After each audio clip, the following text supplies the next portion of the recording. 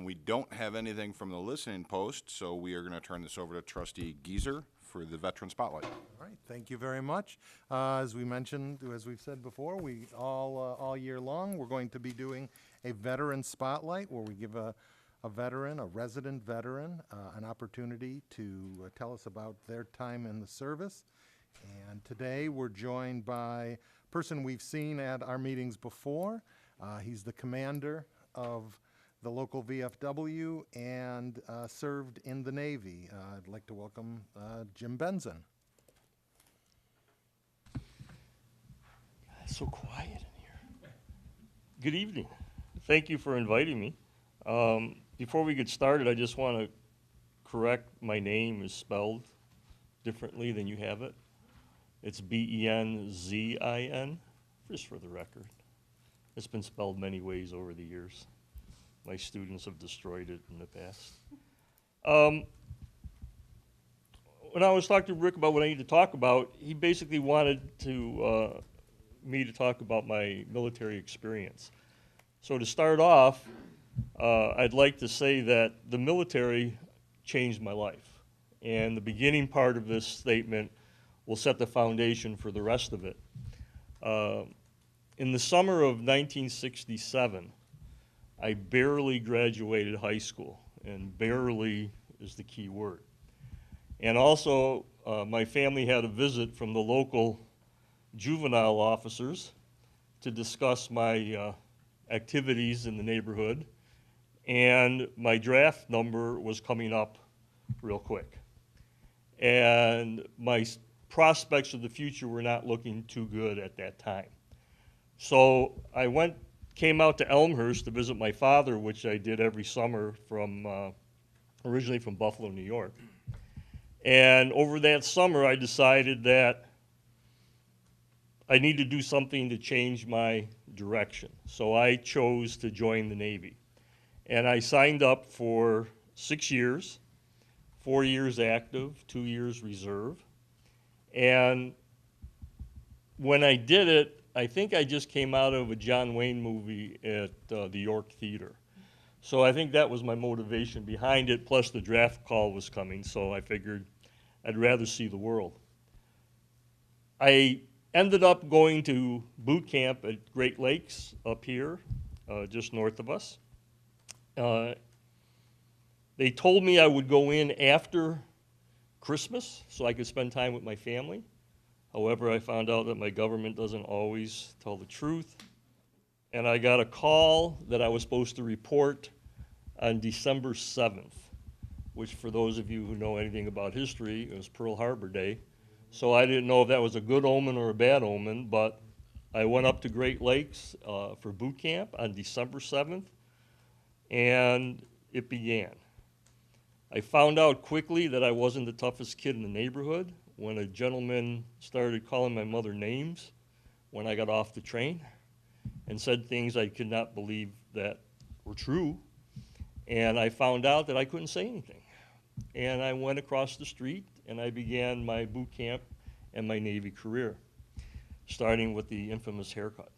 So my hair was twice as long as it is now, and you can imagine when it went, it was kind of a change. I spent about 8 weeks in boot camp. About the middle of boot camp, somebody came up to me and said they wanted to see me in the officer's office. So I went down there, and I had signed up originally for a nuclear power school. And it was a 6-year commitment. So in the middle of boot camp, they came up and they said they had forgotten for me to sign some papers for the 6-year commitment. And they wanted me to sign the papers. And I said, no, thank you. After a couple of weeks in boot camp, I wasn't quite sure that was my best choice in life. So I said, no, thank you, I didn't want to do that. They said, well, we can't promise you anything. I said, fine, just whatever happens.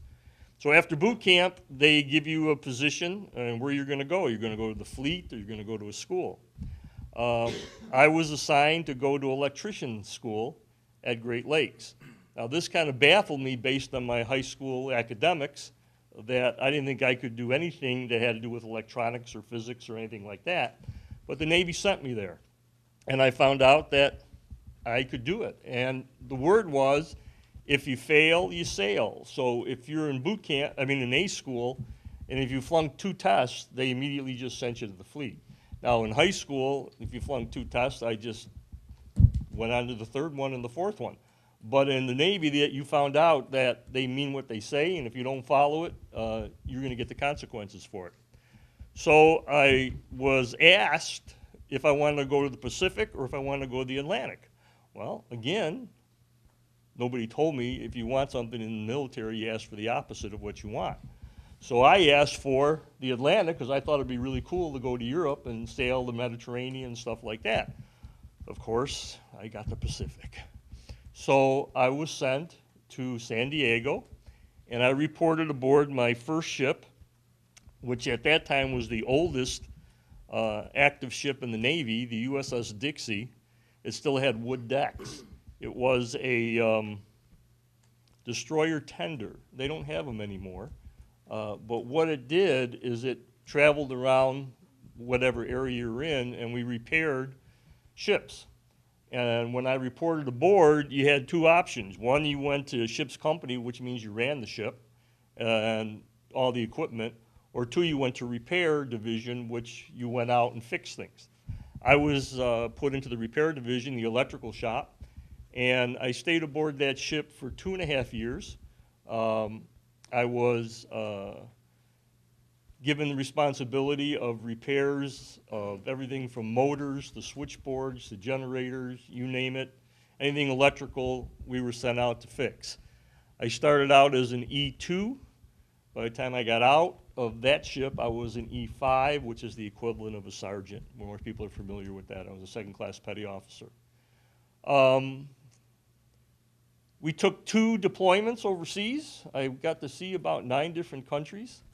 We were given support to the Vietnam ships. We were stationed for a time in Yokosuka and Olongapo, the Philippines, in Formosa. And while we were there, ships would come alongside and we would go over and repair any problems that they may have. One high point, I guess, is I was put over to fix some motors and engines on the U.S. New Jersey, one of the last battleships. One of the motors that controlled the turret went out, so we went over to fix it. And I found it interesting that I could crawl through the barrel of one of their guns, which I believe is in mothballs now. I spent 2 years there. I learned that rank has its privileges, so I did everything I could to move up. And again, school was not easy for me. The military, you had to pass tests. You had to get recommendations. So you had to work hard to get where you wanted to go. And I moved up the ranks quite fast for the times. And after 2.5 years, I thought I was home free. I was out celebrating with my friends. I figured I have 1 year left to go. And the next thing I know, I come back, and there was a message for me to report to the message room. So I went up, and I had transfer orders. I had been promoted to an E5. They needed an E5 on the destroyer that was next to us. And I was transferred the next morning, didn't even get a chance to say goodbye to anybody. Transferred over to the destroyer. I was the 2nd-class petty officer there. There was a 1st-class petty officer there and another 2nd-class petty officer there. And the next day, the 1st-class made chief. He was transferred out, and the 2nd-class was discharged, and he was out. So that left me in charge of all the electrical systems on a destroyer. I had no experience in that other than fixing things.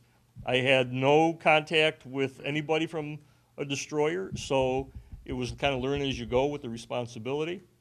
And I became division petty officer. Interesting part about it was that the Dixie was the size of a cruise ship. So when we went out, it wasn't too bad. You got a little bit, you hit some storms, no big deal. Throw up, that's it.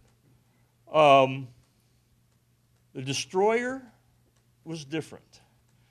I had no idea. So when we went out, which was I think a week later, so I got a week to orient and set myself to the place. We went out and I said, oh, this isn't bad. And I didn't know we were going through the Bay of San Diego. We hadn't hit the breakwater yet. When we passed the breakwater, it was like a cork in the ocean. Thing bouncing all over the place. I was deathly sick for 2 weeks. I couldn't find enough places to throw up. And you try to be cool about the whole thing, but there's no cool. And I was a division officer, so I had to be responsible for everything while I was puking. And of course, all the other guys were kind of laughing at me, but again, I got through it. We headed out to Vietnam. I don't know if you guys have ever been scared before in your life, and you talk about combat situations and things like that. Our ship hit a typhoon halfway over. Now this thing bounces around in a storm. You ever taken a ride on a roller coaster? Lasts you 2 minutes. Imagine being on a roller coaster for 3 days, nonstop. You had to strap yourself into your bunks.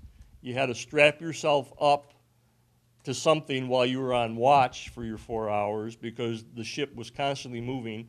And they had this, what we call the tiltometer, that if the ship makes a certain dip, if it goes too far, it'll capsize. So you would sit there and watch this thing go, and then you'd be sitting there praying that it would come back again. And I don't think I've ever been that scared in my whole life. And I've been through a lot of crazy things, but when that typhoon hit, it was the scariest thing. One of the things I learned was that I knew how to really pray well. So during that typhoon, I learned a lot about myself, and I learned a lot about the Navy, and I learned a lot about ships. From there, we ended up in Vietnam, in the Tonkin Gulf. Our main job there was to give plane support, plane guard duty for the carrier, which is if a plane goes over the side, our job was to go pick up the pilots. We also got called in to do support for shore batteries, where we went in and we gave the Army gun support. My job, again, was to make sure that everything was working correctly and that the guns could move and be fired, and a variety of things. I also was made Master at Arms because I was one of the leading petty officers, so I had to deal with a lot of racial stuff back then that was going on aboard the ship. Again, I didn't volunteer for it. It was given to me due to rank. I got put on shore patrol, which is an experience we don't have time to go through here, where I go out and I have to deal with my Marine friends and my sailor friends and bring them back safely from the bars. It's a tough job, but somebody had to do it. The key part to this, and the thing that I just want to share with you just quickly, is that I was a loser in high school in the sense that couldn't get through school, problem with the police, all kinds of issues. When I joined the Navy, I thought that it would be an experience, and yeah, I could do it. By the time I got out of the Navy, I have been a completely different person. I had a person with a purpose. I knew what I wanted to accomplish, and I worked towards that. At the end of my hitch, I was thinking about shipping over and making it a career. They had offered me a $10,000 shipping over bonus, and I had just passed the E6 exam, which would be first class. So if I had stayed in, I would have moved up to a first-class petty officer plus $10,000 in my pocket. And I was just about to sign when my dad sent me a letter, and back then it took 6 weeks to get a letter, so it's not like emails today, that said that Elmhurst College had approved my admittance. And I was shocked because when I graduated high school, there was no way that anybody would have accepted me into college. But I had to decide whether or not I was going to go to college or whether or not I was going to make the Navy my career. And I just decided that I wanted to do something other than be an electrician, so I thought I'd try college. And I went out. Well, the side thing is I really wanted to stay on land for a while and have a good time, but we won't go there. But I decided to go to college, and I went to Elmhurst College on the GI Bill, and again, the military was supporting me through that. And I found out that I was having a real hard time in college. I was getting D's my first semester, and I couldn't understand why when I was doing so well in the military and I was getting A's and B's in their classes. And it wasn't discovered until a few years later that I actually had learning disabilities. And that's what interfered with everything. I struggled through, and in 3 years I graduated. Somebody suggested to me that I'd be a good teacher, and I said, you know, have you seen my record? And they said, well, I think you could do it. And I went to student teaching, and I became a teacher in special ed. And since that time, I have done everything I could to help out veterans, which brings me to the VFW and why I'm part of the VFW. I think anybody, any young person who's looking for direction, the military is an excellent option to do it. It changed my life. It gave me the opportunity to have the life that I have now. And the veterans who have served, will continue to serve, and can serve in the future are making your life possible. So I think I should do everything I can to support them. It makes a difference. It made a difference in my life. I stayed here and then never went back to Buffalo, New York, because I had the teaching given here, and that got me hooked up with Heinz Hospital and the veterans groups around here. And for the last 30-some years, I've done whatever I could to help out veterans organizations. That's what led us to upgrading the memorial here in Carroll Stream, what we're working on.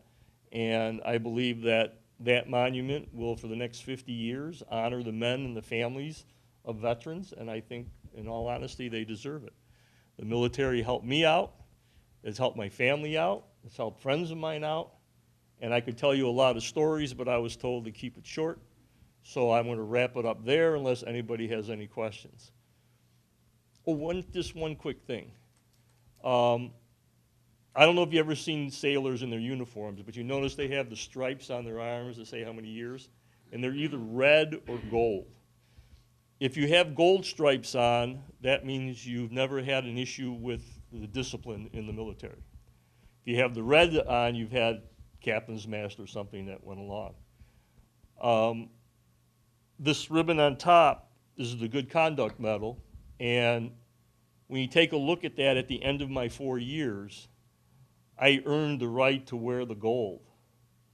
When I entered, I was real close to having other kinds of stripes in the community. So if I had stayed home and if there hadn't been a draft, I probably would have gone a different direction. So when you see me here at age 69, the military allowed me to be here and do the kind of things that I've accomplished in my life, and for that I have to thank them. Well, thank you very much, Jim. Any questions? Does anybody have a question? Question? Actually, you know, you talked about knowing your draft order was coming up. Most of the people in here never had to deal with it, except for, you know, some of the older ones might not. How'd you know? How'd I know? No, I mean, was it a public number that this Yeah, is who they're taking? they issued the numbers of who was going to be called, and my number fell into that category. Now, whether or not you were called, based on their needs, kind of thing. Right. So you had to register for the. In fact, you still have to register Right, for I the was gonna draft. say, I It's mean, still there, and you could get the like if you went on to college, or there's a lot of ways you could get out of it. But with my past record, there is no way I could get out of it. So I knew that I would be drafted. And an interesting thing, though, today is that I couldn't get into the service today if they knew about my disabilities that I had. They wouldn't accept it. Plus, I have a perception problem, which back then they wouldn't let me in. They won't let people in today with the same perception problem. So I am lucky that they took me and that my life went in that direction. Anyone else? Comment? Well, That's- I want to thank you for your service to our country, and it's what timing this is. My son-in-law joined the Navy, and he's just returned from his first deployment. He's on USS Georgia, which is a nuclear sub. 5-year commitment. And it was, last Labor Day, my daughter and him, who were just dating for maybe 6 weeks, decided to get married. So she knew, he's going to be gone for months at a time. So it was just really appropriate for me, listening to your stories and knowing that he just got back from his first deployment. So thanks for that. One of the things helped. too, and now people talk about it, you hear all the war stories and stuff, but there's a lot more to it than that. I remember when we came back from deployments, I got the proverbial Dear John letter in boot camp. So I was going to get married and all that kind of stuff, and then she had other ideas, I guess, and I got the Dear John letter. So I never had that leaving my family behind and coming. But every time we came back, the piers would be filled with family members and children, and anytime we left, and they were saying goodbye. And we were gone for, 8 months, 9 months out of the year. And I just said, how do you do that? How do you leave your children behind and your wife behind? And they do it all the time, and nobody takes a minute to think about that. So one of the things that I try to help, and we try to help, are the families as well, because once the person's deployed, a lot of their support is gone. So if you get an opportunity to help out the families that are left behind, and then all the guys that are coming back disabled, that's, there was a saying when we talked about that the ones who got killed were the lucky ones, because the guys that come back disabled got to spend the rest of their lives trying to deal with that and with their families. So anytime you get an opportunity to help out a veteran, please do so. It's just, they give up so much and they ask for so little. So. Well, thank you very much for for your presentation today and all you have done to help keep us safe. And you mentioned the renovation of Memorial Park. There is an event coming up, and you wanted to mention that. Sure, I was going to slide into my 3 minutes that I was allowed. So Well, this is going on 20 minutes. Okay, we'll stop. We're doing fundraising, and it's going quite well. We just broke the $30,000 mark, so we could still use more help because we got to make that 250. But on Thursday, March 9th, we are having a pasta dinner at the American Legion. It's $10. Olive Garden is giving us the meals for it, and all the proceeds after the expenses are going to go to the memorial. So if you like Olive Garden, by all means, please stop by. And we're having some raffles and stuff too. So And we'll be selling tickets as well as tickets being available at the at door. the door. So, well, thank you very much. Thank you for Thank your you. service, joining and thank Appreciate you it. for what you're doing for Memorial Thanks for Memorial inviting me. Park. Appreciate it. Thank you.